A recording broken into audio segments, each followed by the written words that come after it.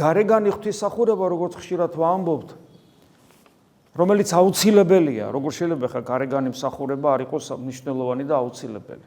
მაშინ, როდესაც ჩვენ გარეგანიც ვართ, შინაგანიც ვართ და გარეგანიც ვართ, სულიც გვაქვს და ხორციც, ტანსაცმელიც კი გვაცვია, გარეგანი იმდენად აუცილებელია, მნიშვნელოვანია გარეგანი. მაგრამ გვახსოვდეს, უნდა ყოველთვის ეს გარეგანი შექმნილია შინაგანი მდგომარეობით. როდესაც ღმერთი ადამიანად მოვიდა და ახალი აღთქმის ეკლესია დაარსა, აი რა გარეგანი იყო მაშინ, ზიარებაც კი როგორ ხდებოდა. ხო, სუფრაზე იჯდნენ მოციქულები, ჩვეულებრივ სუფრაზე,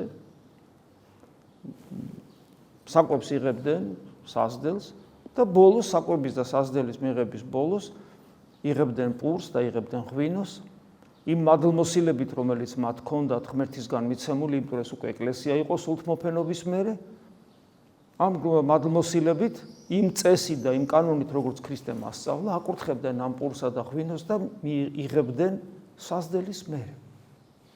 რა თქმა უნდა, ნელ-ნელა უფრო მეტად და მეტად იხვეწებოდა ეს მსახურება, მაგრამ იმდროინდელი მსახურება, მერე კატაკომბური მსახურება, როცა აკრძალული იყო ქრისტიანობა და დღევანდელი მსახურება, როგორ განსხვავდება, როგორ შეიცვალა ფორმები, ჩვენ ხედავთ, როგორ გამდიდრდა ლოცვებით, საგალობლებით, თითოეული ამ ლოცვის და საგალობლის უკან ხო უზარმაზარი გამოცდილება დგას, გამოცდილება ღმერთთან ურთიერთობისა. ეს ხო ხელოვნურად არც ერთი ლოცვა, არც ერთი საგალობელი არ ემატებოდა, ხელოვნურად არც ერთი ფორმა არ ეწეპებოდა.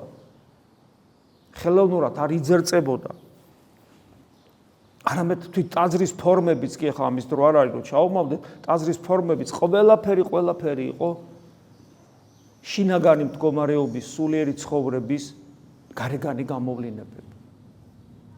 მაგრამ როცა ადამიანი ეკლესიაში მოდის და ამ გარეგანს დაინახავს, რა თქმა უნდა, როცა ხედავს ეშმაკი, რომ მას ვერ გააგდებს, მაშინ ეშმაკი ცდილობს, რომ ამ ადამიანში ჩაანერგოს გარეგანის უპირატესობა, გარეგანის განსაკუთრებულობა, ოღონდ ისე, რომ შინაგანი ვეღარ დაინახოს. და გახსოვთ, დღეს სახარებაში აღმოვიკითხეთ, როგორ გვაფრთხილებს უფალი ერიდეთ ფარისეველთა და სადუკეველთა მოძღვრებას, ანუ ცომს ერიდეთ.